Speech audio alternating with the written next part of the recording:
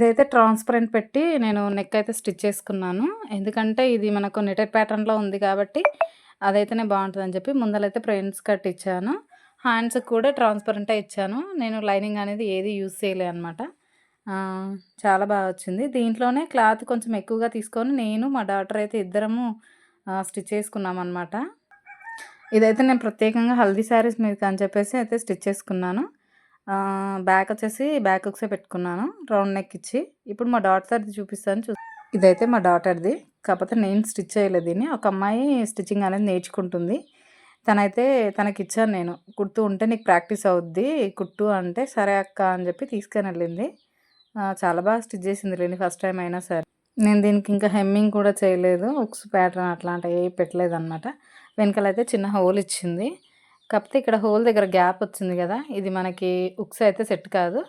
ఏమైనా దానికి డోరీసే పెట్టాల్సింది. ఇంకొకటి చిన్న మిస్టేక్. కాజా పట్టి ఇక్కడ పెట్టేసింది. హుక్స్ పట్టి ఇక్కడ పెట్టేసింది. అటు ఇటు, ఇటు అటు పెట్టిందనమాట. అదొకటి చెప్పాను నేను. ఓకే. నెక్స్ట్ టైమ్ చూస్తా అని చెప్పింది. బ్లౌజ్ అయితే చాలా బాగుంది. మా ఇద్దరి బ్లౌజెస్ ఇవన్నమాట. నాదొచ్చేసి మా కూతురిదొచ్చేసి. ఇద్దరం సేమ్ ఇట్లా చాలా ఉన్నాయి మా దగ్గర.